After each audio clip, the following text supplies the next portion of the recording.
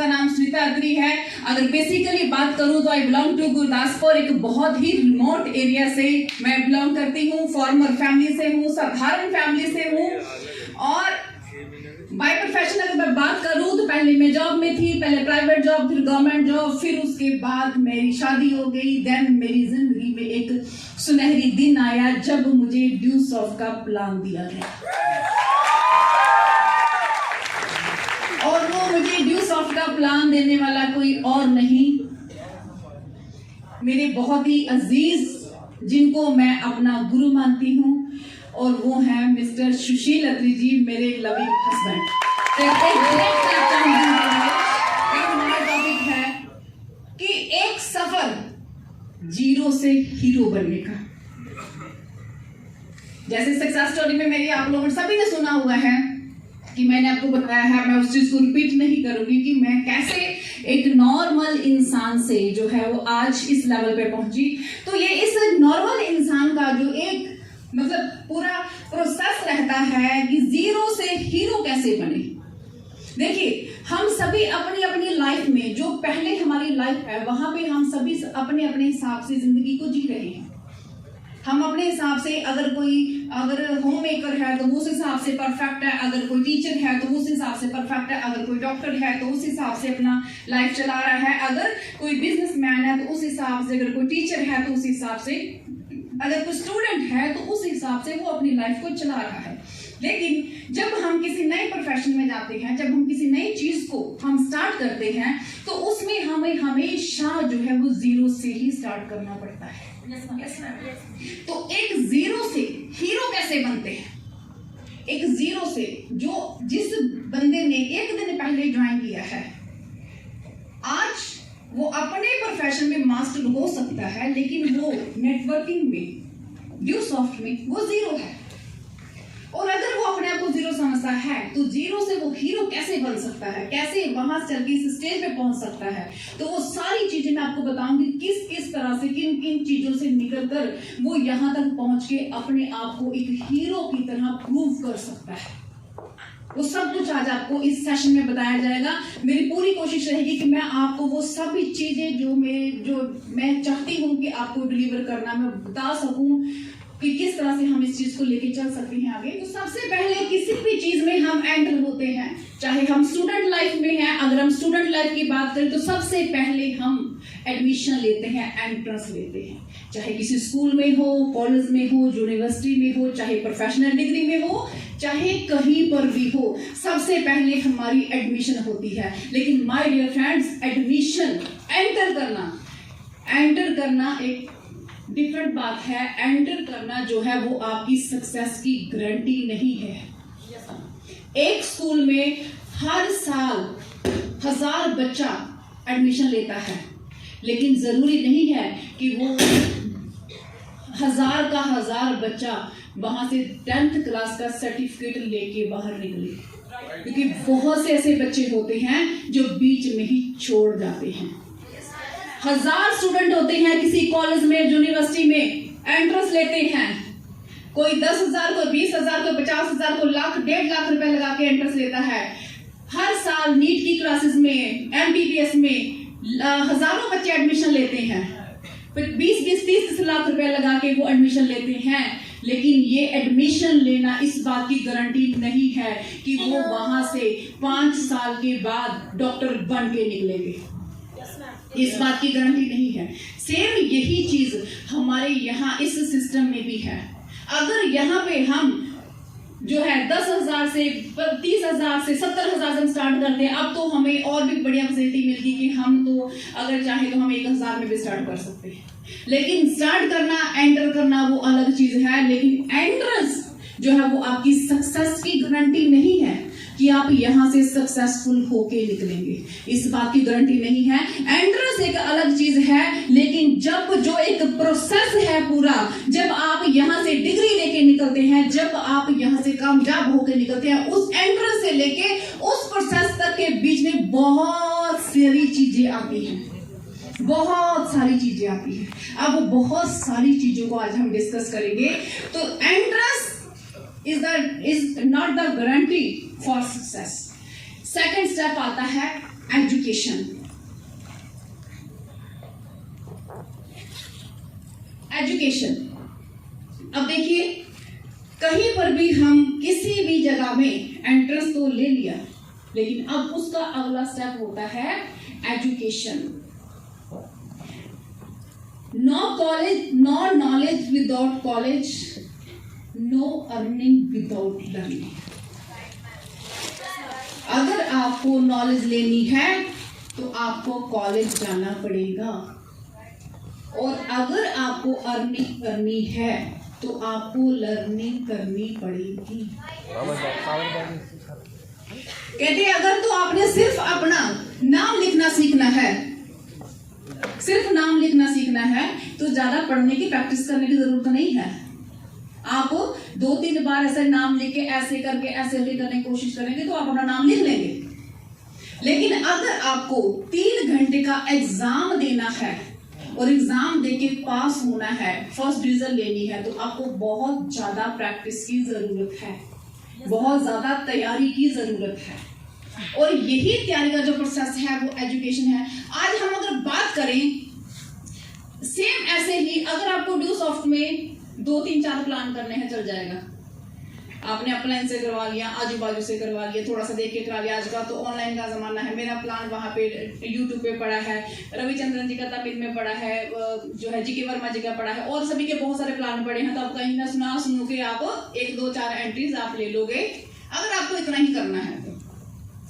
लेकिन अगर आपको उससे आगे बढ़ना है, अगर आपको यहाँ पे 2-4-10 प्लान नहीं कराने, आपको यहाँ पे हजारों प्लान करने हैं, आपको करोड़ों रुपए यहाँ से कमाने हैं, आपको हमारे रिस्पेक्टेड सर BS लुबाना जी की तरह करोड़ों की स्टेटमेंट रखनी है, तो फिर आपको यहाँ पे बहुत सारी एजुकेशन लेनी पड़ेगी, यहाँ पे बहुत सारी प्रैक्टिस करनी पड़ेगी, लंबा टाइम इन्वेस्ट करना पड़ेगा।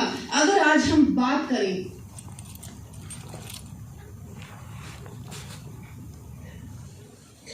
आज के टॉप प्रोफेशंस की, अगर हम बात करें तो आज के टॉप प्रोफेशंस कौन कौन से हैं? मैं चाहूंगी कि थोड़ा थोड़ा ऑडियंस के साथ मैं कनेक्ट करती रहूं, आप मुझे रिस्पॉन्स करते रहिए। तमिल वालों को तो समझ नहीं आएगा, लेकिन बाकी तो हम सभी समझ सकते हैं ना। तो आज के टाइम के टॉप प्रोफेशन कौन कौन से हैं? हाथ खड़ा कीजिए फटाफट से, जिसको पता है आज के टाइम के टॉप प्रोफेशन कौन कौन से हैं। हाँ जी, Tania. Doctor, next lawyer, yes,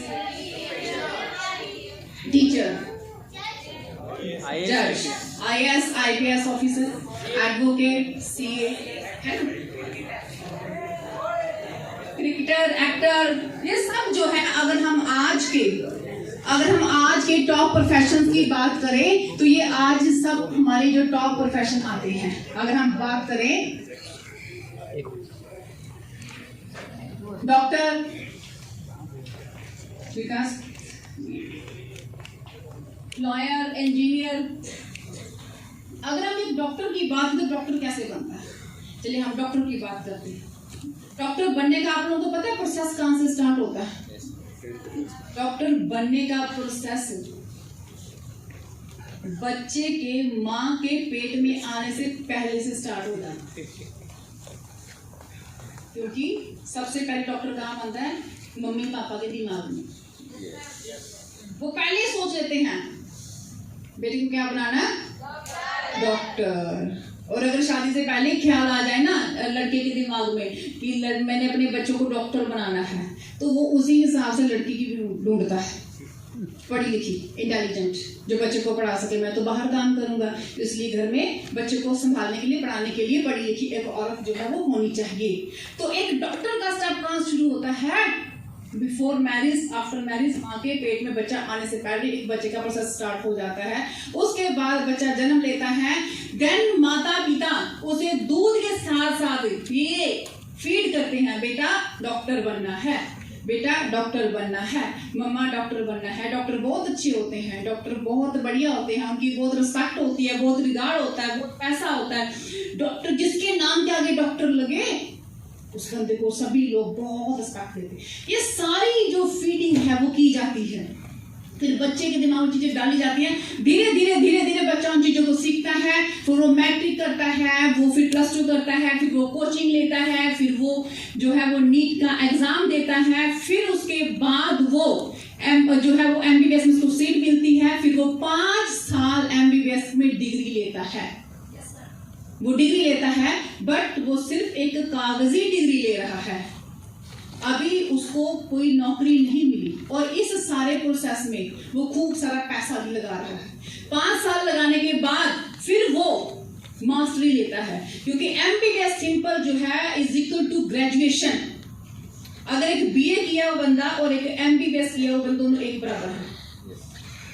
अगर एक सिंपल MBBS वाला बंदा, अगर हम जो आज चंडीगढ़ की बात करते हैं, अगर कहीं भी जॉब लेने के जाते हैं तो उसको 8-10 हजार जॉब नहीं मिलती, क्योंकि वो उसको ग्रेजुएशन मानते हैं। उसके बाद उसको MS करनी है, MD करनी है, 2 साल उसके 2.5 साल उसके और लगे, देन उसके बाद भी वो जो है आगे उसका स्टेप स्टार्ट होता है, वो एक्सपीरियंस लेता है किसी डॉक्टर के साथ बैठ के।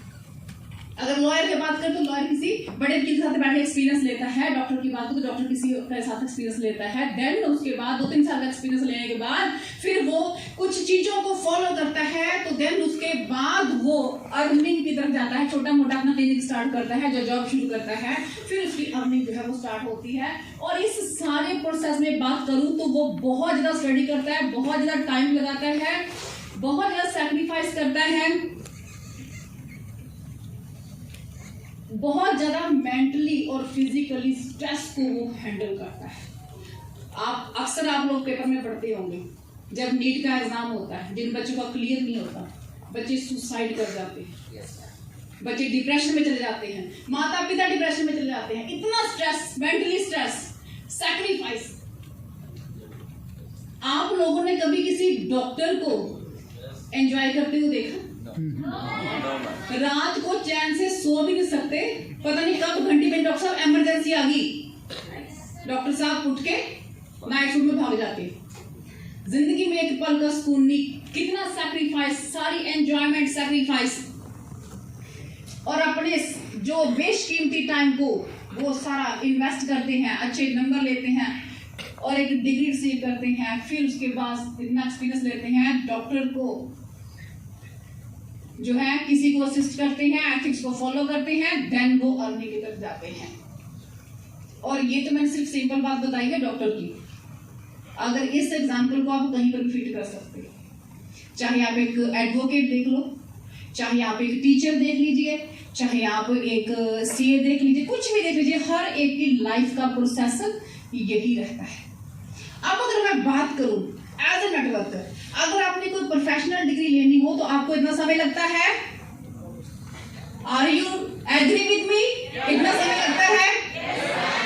आदमी को पढ़ना पड़ता है दिन रात, फंक्शन मिस करने पड़ते हैं, एंजॉयमेंट मिस करनी पड़ती है, रात जागना पड़ता है, सुबह पढ़ना पड़ता है, स्ट्रेस में से निकलना पड़ता है, लाखों रुपए खर्च करने पड़ते हैं, और फिर जाके उसका अर्निंग का प्रोसेस स्टार्ट होता है। टाइम कितना लगा आप अगर देखो तो इस पूरे प्रोसेस में अगर मैं उसकी मम्मा पापा से शुरू करूं तो ये 25 साल लगे, और अगर मैं बच्चे से शुरू करूं तो फिर भी अगर बच्चे से शुरू करें तो आप ये लेके चल सकते हो कि 22 से 23 साल उसको लगे अपनी फर्स्ट अर्निंग लेने के लिए, as a doctor, as a teacher, as a lawyer, as a CA, कुछ भी। अब अगर बात करें हम एज ए नेटवर्कर, अब जब नेटवर्किंग की बात आती है तो हम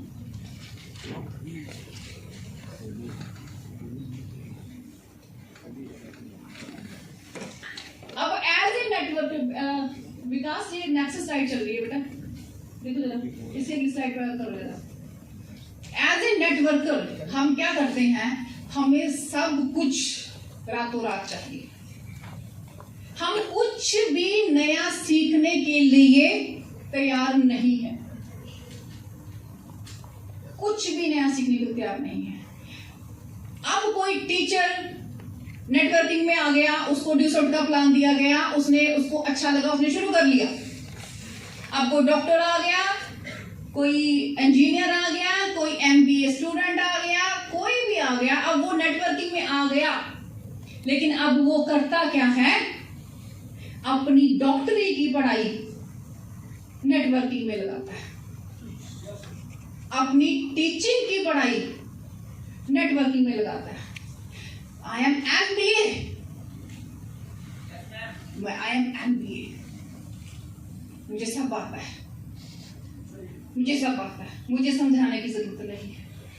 I know each and everything, ठीक है मैं करूंगा, लेकिन कुछ नहीं करता, कुछ नहीं करता, वो सब कुछ अपने हिसाब से करता है। अब आप बताइए, आप फुल टाइमर है न्यूज़सॉफ्ट में, है ना? अगर मैं आपसे कहूं कि उस बंदे के ना पेट में दर्द हो रही है, उसको टीका लगा दो, आप लगा सकते हैं? नहीं लगा सकते। क्यों? आप तो इतने एक्सपीरियंस और स्मार्ट भी हैं, इतने सुंदर लग रहे हैं, उम्र भी ठीक है, तो लगा सकते हैं, टीका लगा दीजिए उसको। नहीं लगा सकते, क्यों? यस, क्योंकि मैंने टीका लगाना सीखा ही नहीं। लेकिन जब वही डॉक्टर न्यूज़सॉफ्ट में आता है तो सबको क्या करता है? टीका लगाता है, सबको टीका लगाता है, अपने अपने हिसाब से सबको टीका लगाता है। अब उसको लगता है कि जैसे मैं कागज पे दवाई लिखता हूं, ऐसे ही न्यूज़सॉफ्ट का प्लान लिखा जा सकता है। लेकिन जैसे डॉक्टर की लिखाई आज तक किसी को समझ नहीं आई, वैसे ही डॉक्टर का किया हुआ प्लान भी किसी को आज तक समझ नहीं आना।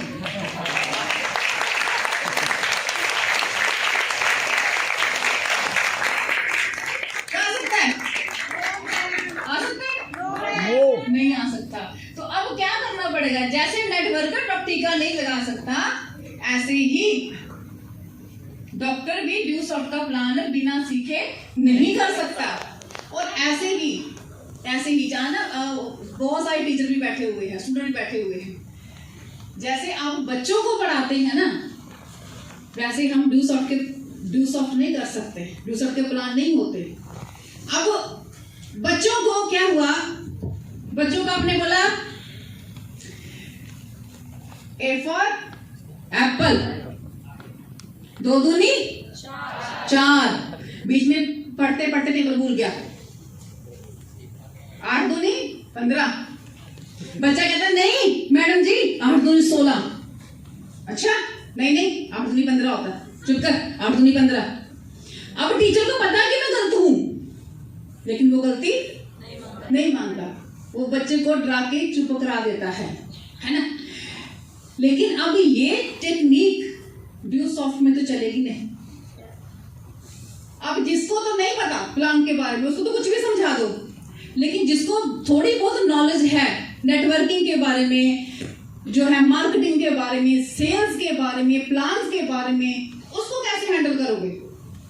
उसके लिए सीखना पड़ेगा ना आपको, लेकिन सीखने को यहाँ कोई तैयार नहीं है।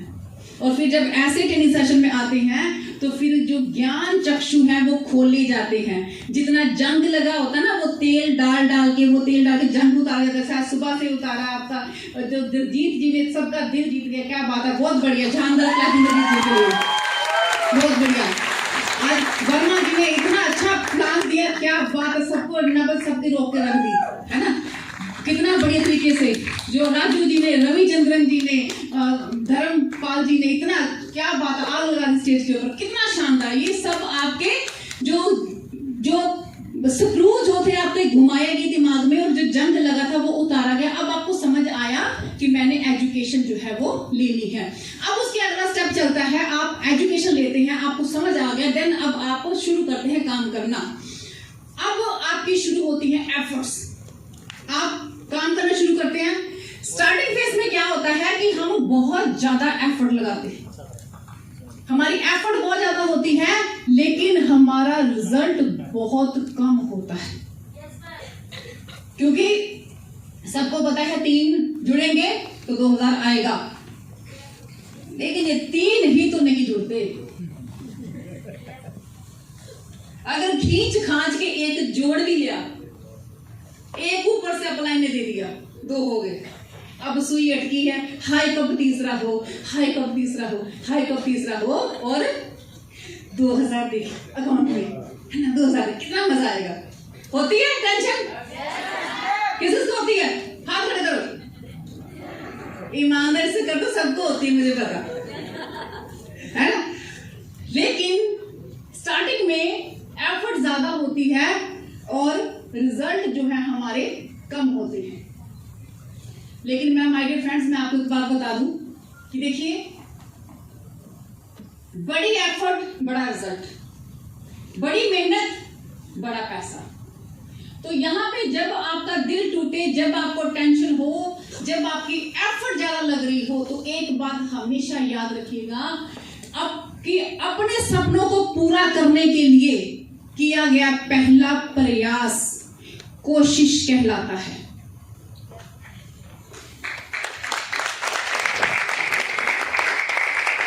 अपने सपनों को पूरा करने के लिए किया गया दूसरा प्रयास गलती कहलाता है।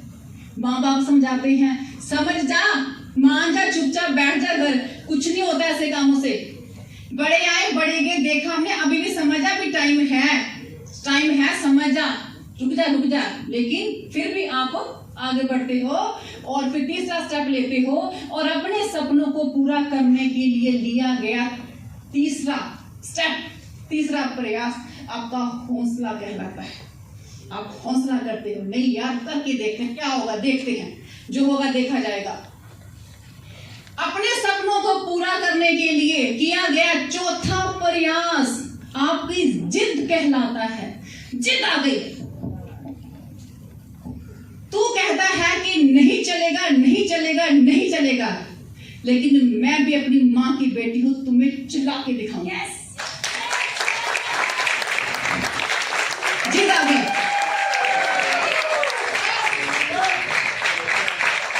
सपनों को पूरा करने के लिए किया गया पांचवा प्रयास आपकी आदत कहलाता है। फिर तो आदत होगी यार, इन्होंने बोलते रहना है और हमने काम करते रहना है। वो पंजाबी में एक कहावत है ना, कहते कुत्ते भौंके सरे बाजार, हाथी चले मस्तानी चाल, है ना, और बोलते रहेंगे, चलते जाओ आगे।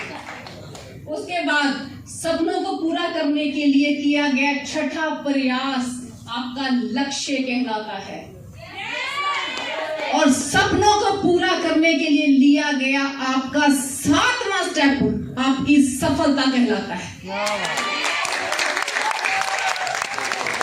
इसलिए दोस्तों, कभी कदम पीछे मत हटाना, आगे बढ़ते जाओ, क्योंकि जिंदगी आगे बढ़ने का नाम है। बढ़ो आगे और करके दिखाओ।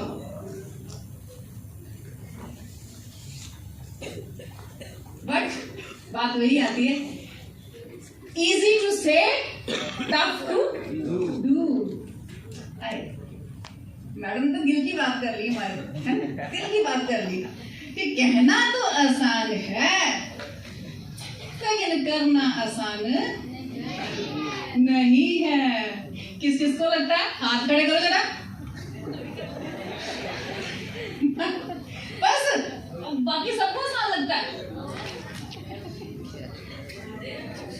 नेटवर्किंग जितना इजी है दिखता है, उतना है नहीं। कितना इजी लगता है ना, 20 को मिलाओ, 20 में से 2 आएंगे, 2 आगे 4 करेंगे, 2 से 4, 4 से 8, 8 से 16, 16 से 32, 32 से 64, कितना 16 साल के 8190, है ना, 50 लाख रुपए।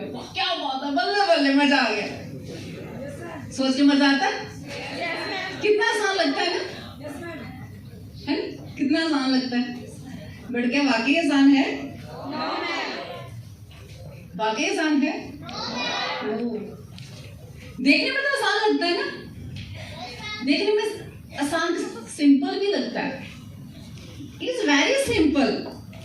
2 दूनी 4, 4 दूनी 8, 8 दूनी 16, 16 दूनी 32, 32 64, देखने में कितना आसान लगता है। पर my dear friends, all simple things are not easy. Simple है बट इजी नहीं। देखने में सिंपल लगता है बट इजी नहीं है, इसके लिए मेहनत करनी पड़ती है। अच्छा, एप्पल खाना कहा भी क्या ना, रोज एक एप्पल खाओ और डॉक्टर को दूर भगाओ, कहा गया। अब कितने लोग खाते हैं? फ्रिज में एप्पल पड़ा है, कितने लोग खाते हैं? जाए वो दो लोगों के हाथ खड़े हुए, जाए फ्रिज में, जाए फ्रिज को खोल ले, एप्पल निकाल ले, उसको काटे, फिर खाए। अब कौन खाए? क्यों खाए? कोई बांधर कुछ होगा, डॉक्टर के पास जाके एक गोली खा लेंगे। नहीं, सबको पता है रात को ब्रश करके सोना चाहिए, दांत मजबूत होते हैं, मसूड़े नहीं लगते हैं। It is very simple thing. Bathroom में जाओ, ब्रश पकड़ो, पेस्ट लगाओ, ब्रश करो, दांत हेल्दी रहेंगे। लेकिन कितने लोग करते हैं? ये नहीं पूछूंगी मैं, कई बात जान ये अंदर की बात होती है, कई बात ये नहीं पूछूंगी। तो मेरे कहने का मतलब है माय डियर फ्रेंड्स, जो चीज आपको सिंपल लगती है वो सिंपल नहीं होती है, लेकिन आपको वो चीज जो है वो करनी है, क्योंकि सिंपल चीजें कभी भी आपको एक्स्ट्रा ऑर्डिनरी इंसान नहीं बनाती। आपने कभी देखा बड़ा सिंपल बंदा, करोड़पति बंदा, कुछ नहीं किया उसने, कुछ करने के लिए, जेब भरने के लिए कुछ करना पड़ेगा, जानबूझ के करना पड़ेगा। अगर दांत हेल्दी रखने हैं तो जानबूझ के ब्रश करना पड़ेगा, अगर मेडिसिन नहीं खानी है तो जानबूझ के एप्पल खाना पड़ेगा। और सेम इसी तरह अगर आपको एक एक्स्ट्रा ऑर्डिनरी लाइफ जीनी है तो जानबूझकर आपको फील्ड में जाना पड़ेगा, प्लान करने पड़ेंगे, प्लान सीखने पड़ेंगे, फॉलो अप करने पड़ेंगे, लिस्ट बनानी पड़ेगी, अपलाइन की काउंसलिंग में जाना पड़ेगा, टीम को ट्रेनिंग वर्कशॉप देनी पड़ेगी, जेब से पैसा खर्च करना पड़ेगा, घुमाना पड़ेगा, सब कुछ करना पड़ेगा और जानबूझकर करना पड़ेगा।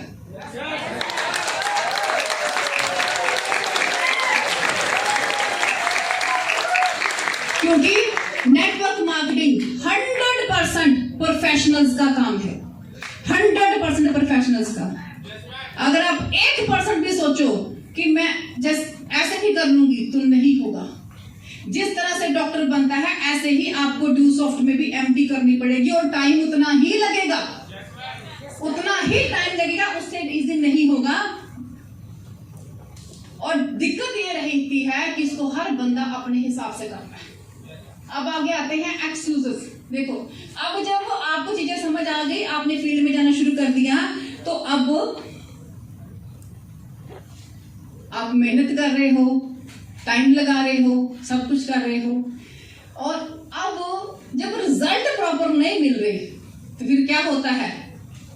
क्या होता है? बोलो, क्या होता है? बहाने, है ना? बहाने। You can make excuses or you can make money. What do you want to make? अगर पैसों से प्यार है तो बहानों को छोड़ना पड़ेगा, और अगर बहानों से प्यार है तो पैसे को छोड़ना पड़ेगा। जैसे एक म्यान में दो तलवारें नहीं रहती, ऐसे ही एक दिमाग में पैसे और बहाने नहीं रहेंगे, दोनों में से एक चीज रहेगी। अब आप ये डिसाइड करिए आपने किसको छोड़ना है। क्या बात है? आप बहानों को छोड़ना है ना? चलिए, बहुत अच्छी बात। कितने लोग घर में रहना पसंद करते हैं? स्लाइड पहले निकल गई, है ना? स्लाइड पहले निकल गई। कितने लोग घर में रहना पसंद करते हैं? और बाहर रहना कितने लोग पसंद करते हैं? स्लाइड देख ली थी, समझती हूँ मैं, सब समझती हूँ। दोनों में से एक चीज घर के अंदर रहेगी।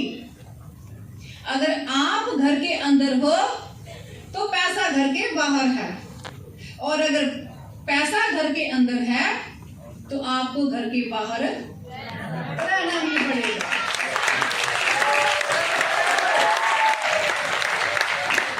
अब बहाने कैसे बनते हैं?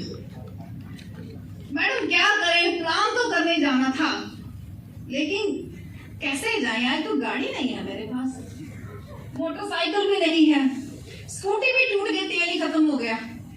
दूर बहुत है मैडम, चंडीगढ़ में ट्रेनिंग वर्कशॉप कैसे आई? पैसे नहीं है, किराया कहां से लाई? कपड़े नहीं है मेरे पास, तो दूर बहुत है। मैं तो ज्यादा पढ़ा लिखा नहीं हूँ, वो तो आगे पढ़े लिखे बंदे बैठे, वो इंजीनियर बैठा है, वो तो मुझसे बहुत क्वेश्चन पूछेगा, मुझे तो क्वेश्चन नहीं आते, मुझे तो इंग्लिश नहीं आती है ना।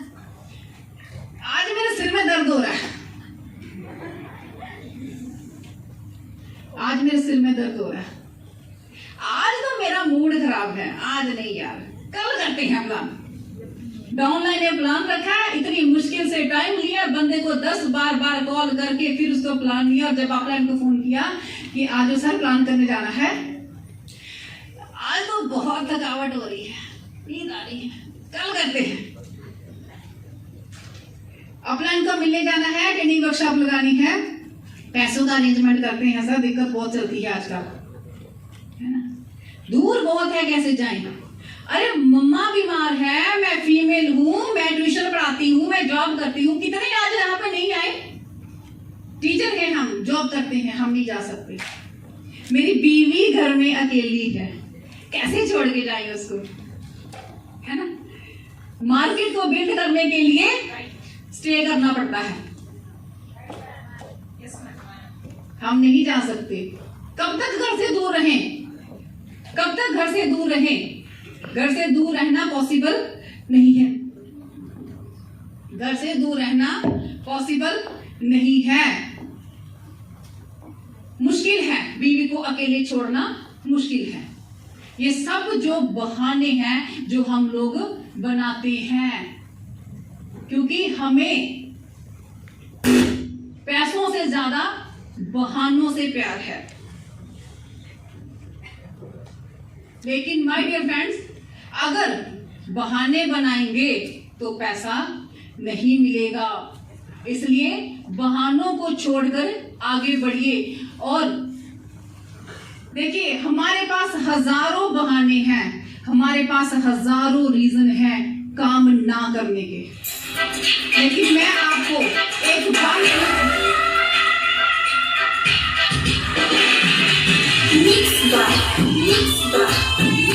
आपके पास हजारों बहाने हैं काम ना करने के, लेकिन मैं आपसे कहना चाहूंगी दोस्तों, एक बहाना ढूंढ लो काम करने का, काम कर डालो।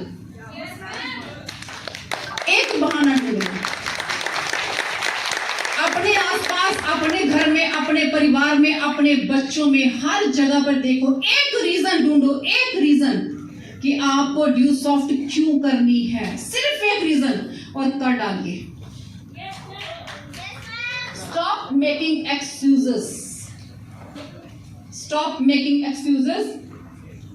आगे आती है एग्जाम की बात।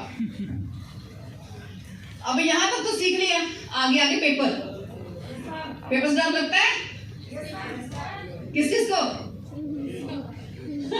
सभी को लगता है, पंखड़ी सबसे ज्यादा लगता है, पंखड़ी के फाइनल पेपर हो रहे हैं हाफ ईयरली। अब देखिए, एक तो एग्जाम वो होते हैं जो आप लोग स्कूल में देते हैं, आपने पूरा साल पढ़ा, उसके बाद 3 घंटे बैठे, शीट पे लिखा, लिख के दे दिया मैडम को, आता है तो भी, ये नहीं आता तो भी लिख के दे दिया। लेकिन यहां पर ड्यू सॉफ्ट में आपका रोज एग्जाम है, ये समझकर करने वाला काम नहीं है, ये कर करके समझने वाला काम है। यहां पर आप अगर सोचो कि मैं पहले पेपर दूं, फिर मैं डिग्री लूं, फिर मैं काम करूं, तो नहीं होगा। आपको यहाँ पे हर रोज पेपर देना है। अब पेपर कौन सा है, एग्जाम कौन सा है, आपने अपने से सीखा कॉल कैसे करना है, उन्होंने आपको कॉल करने के 5-6 तरीके बता दिए, अब आपने वो डायरी पे लिख लिए। लेकिन अब एग्जाम कैसे होगा, जब उन 4-5 तरीकों को आप अपने घर में बैठे डायरी लिस्ट सामने रखी और आपने कॉल किया, एक नीचे ना दूसरा क्या दूसरा तीसरी तरह, और बार बार कॉल किया, फिर बार बार वो सामने से टाइम सेट नहीं हुआ, फिर आपने बार कॉल किया, फिर आपने बार कांटेक्ट करना सीखा, बार प्लान करना सीखा, बार फॉलो अप करना सीखा, और बार आप उनकी काउंसलिंग करनी सीखी। इस तरह से आप हर बार सीखते हैं, हर बार करते हैं, हर बार सीखते सीखते हैं, हर बार करते हैं, हर बार सीखते हैं, हर बार करते हैं, सीखते हैं, करते हैं, सीखते हैं, करते हैं, सीखते हैं, करते हैं, सीखते हैं, करते हैं, सीखते हैं, करते हैं, और फिर कर करके आप बहुत ज्यादा सीख जाते हैं। फिर आप यहाँ पे सिखाते हो। डेली एग्जाम है, अब डेली फेल होगे, डेली पास होगे, डेली नया सीखोगे, डेली उसको इम्प्लीमेंट करो, डेली एग्जाम दो। अगर आप डेली एग्जाम नहीं दे रहे तो आप अपने सफर पर प्रॉपर नहीं जा रहे। आपको डेली काम करना है, डेली एग्जाम देना है। तो इस तरह से यहाँ डेली एग्जाम होंगे। अब उसके बाद आता है एक्सपीरियंस। अब जैसे जैसे आप एक्सपीरियंस जो है मार्केट में जाते हैं, एग्जाम देते हैं, अब आपको तरह तरह का एक्सपीरियंस होता है। अब जो आपके बहुत खास थे, जो बहुत खास थे, सबसे पहले मतलब लिस्ट बनाना शुरू करता है ना, अपने दोस्तों की लिखता है, उसके बाद रिश्तेदारों की, पहले जो है अपनी उम्र के, फिर उनके बाद जिसे थोड़ी ज्यादा बनती है फीमेल की, फिर उसके बाद बड़ों की लिस्ट शुरू होती है। जिसे ज्यादा रहता है उनको सबसे लास्ट में नाम लिखते हैं, उनको पता है ये जैसे जहां डांडी पड़ने वाली। अब वो उनके पास वो लिस्ट लेके जाते हैं, जब प्लान करते हैं, दिखाते हैं प्लान उनको, अपने किसी दोस्त के पास गए, किसी रिश्तेदार के पास गए। अब क्या होता है कि जिसको प्लान दिया, अब वो चाचा था, चाचा ने सारा प्लान सुना ऐसे, एक बार उसके मुख तक देख रहे हैं, एक बार प्लान को देख रहे हैं, और जैसे ही प्लान खत्म हुआ, बंदा बड़ा एक्साइटेड होता है और वो ऐसे इसको घूर के देखते हैं, सर से लेके पांव तक देखते हैं घूर के, और फिर उसको बराबर बोलते क्या है, तुम्हें इससे घटिया काम नहीं मिला करने के लिए, यही काम रह गया था करने के लिए, तू तो खानदान की इज्जत डुबो के रखेगा, तू भी इस काम में पड़ गया, ये भी कोई काम है करने वाला? होता है ऐसा? होता है ऐसा? दोस्त के पास जाते हैं, दोस्त सुनता है, उसके बाद फोन ही नहीं उठाता, और फिर जब बार बार फोन करते तो फिर 2-4 गालियां पड़ती हैं, और साथ में कहता है कि खबरदार दोबारा फोन मत करना मुझे, दोबारा अगर मुझे फोन किया तो फिर देखना। रिश्तेदार क्या कहते हैं, दोबारा हमारे घर में मत आना, बाहर बाहर रहो, एक भूल के भी हमारे बच्चों को मत बता देना, तेरा तो दिमाग खराब हो गया, उनका मत करना, उनको पढ़ने दे, ऐसा कहते हैं? फिर चोट लगती है? Yes ma'am. पर एक बार याद रखिए बच्चों, हथौड़े की चोट जब शीशे पर पड़ती है तो वो चकनाचूर हो जाता है, और उसी हथौड़े की चोट जब लोहे पर पड़ती है तो वो फौलाद बन जाता है। अब ये आपने डिसाइड करना है कि आपने शीशा बनना है या फौलाद बनना है।